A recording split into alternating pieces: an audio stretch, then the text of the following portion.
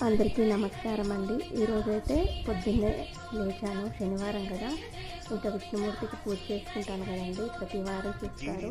అలాగే ఈసారి స్వామివారికి అయితే సేమియా పాయసం పెట్టాను. ఇంకా పంచపాత్రలో అయితే తులసి దళాలు పచ్చకర్పూరం వేసానండి. పచ్చకర్పూరం అంటే స్వామికి చాలా ఇష్టం అన్నమాట. ప్రత్యేకంగా శనివారం అయితే నేను పంచపాత్రలో వేస్తాను.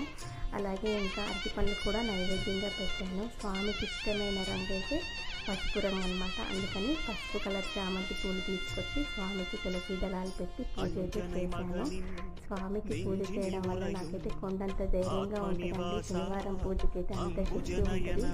ఏ ఒక్క సమస్య వచ్చినా స్వామివారి పాదాలు పట్టుకొని మనం అడిగామంటే ఆయన ఏ కోరికైనా నెరవేరుస్తారనమాట. ప్రతి శనివారం తప్పకుండా నేను వేకువజామున పూజ అనేది చేసుకుంటానండి విష్ణుమూర్తికి.